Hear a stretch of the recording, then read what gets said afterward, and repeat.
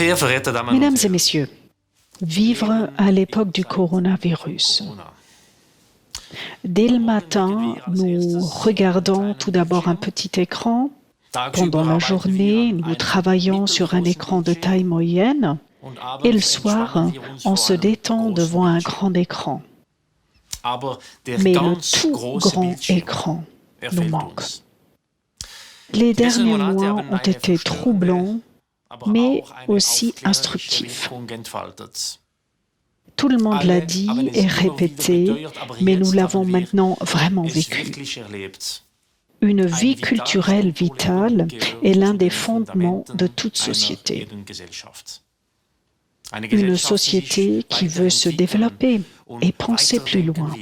Une société qui ne se contente pas de se résigner au fait que les conditions sont telles qu'elles sont.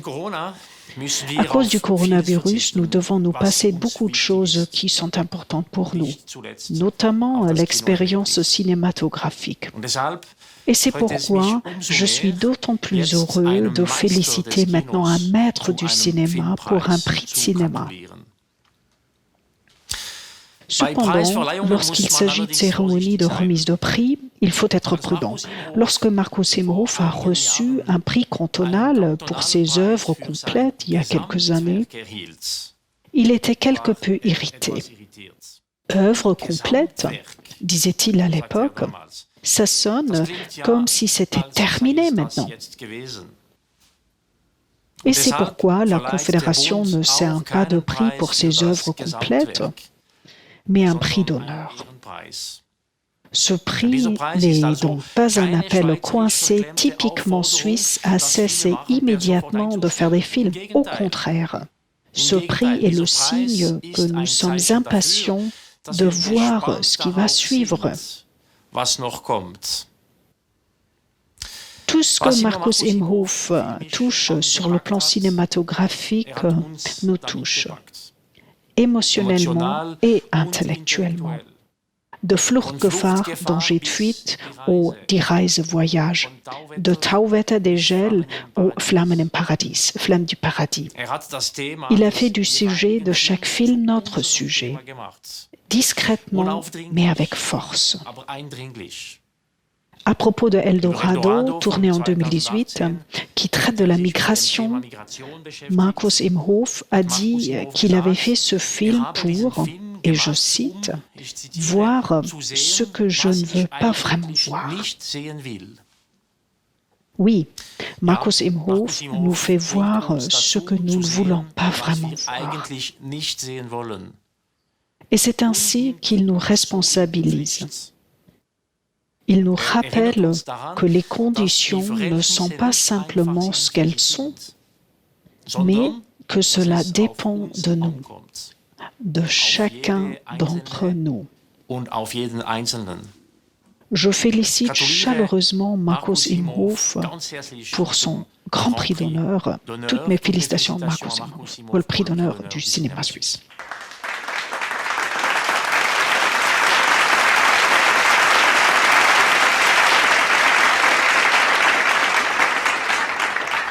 Je vous remercie, Monsieur le conseiller fédéral Bercé, pour ce grand honneur. Je suis sûr que mon père serait très soulagé que je sois devenu quelque chose après tout. Et je vous remercie de ne pas m'avoir invité à démissionner. Je viens de commencer le projet le plus difficile. C'est l'histoire de 3 femmes en 3 siècles sur 3 continents. Et la question est de savoir si c'est le destin, le hasard ou le libre arbitre qui les guide et qui les lie. Pendant longtemps, j'ai mal compris le libre arbitre, par exemple en ce qui concerne mon rôle sur le plateau. Au début, je me suis sentie très seule. Je voulais faire mon truc et ne pas perdre de temps et d'énergie à jouer le rôle de maître de cérémonie, comme je l'ai appelé à l'époque. Mais même une reine des abeilles est complètement impuissante sans les autres abeilles. Je me suis rendu compte que c'est beaucoup plus amusant quand les autres savent aussi ce que je veux et ce que je cherche. Après tout, c'est ce que je veux dire au public.